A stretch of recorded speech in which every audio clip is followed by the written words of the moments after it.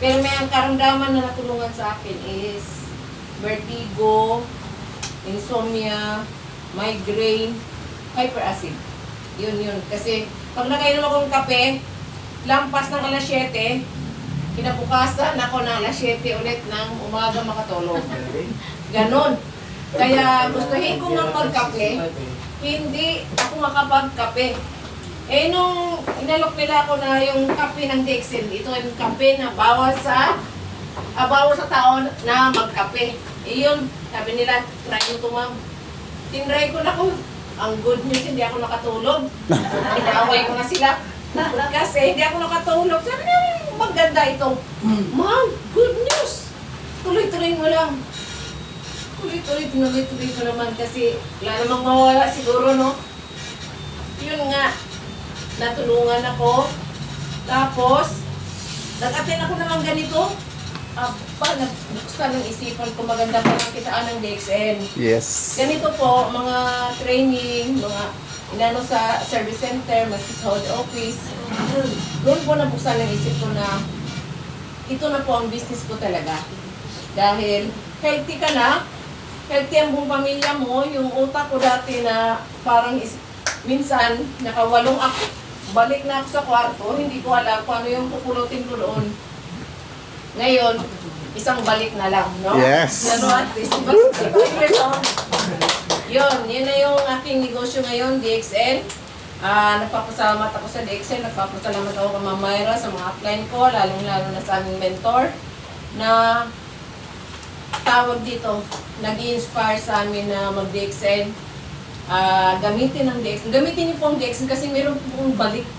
May bonus po tayo. Tapos, ito po yung business na pwede mo ikwento kasi ito may kwenta na kwento.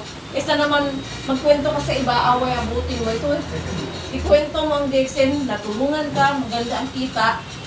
Pag nakabuild ka ng network, habang buhay. Ang isa pa po, kaya ako nag-DXN dahil po, pwede nyo ipamana. Yun. Hindi katulad ng iba, pamana mo utang, dito po kita. Yun.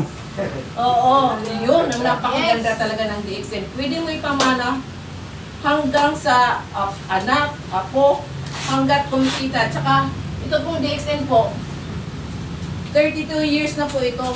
Mawawala na po siguro ang DXN pag wala nang maliligo, wala nang magkakape, wala nang magtututbrush. Hindi, di ba? Naliligo tayo, ginagamit namin sabon ng DXN. Toothpaste ng DXN, kape ng DXN, asin namin DXN.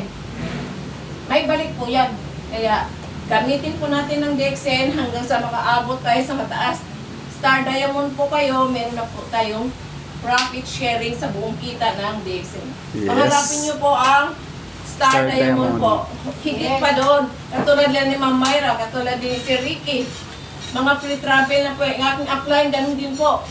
Nagka-travel na rin po yan. Kaya, napakaganda po talaga ng DXN. Kaya gamitin po natin. Ito po. Itong Big 4 na to. Araw-araw po yan namin. Itong sobrang init, may hypertension yung asawa ko. Tayo po dito, husband. Tayo. Ayaw,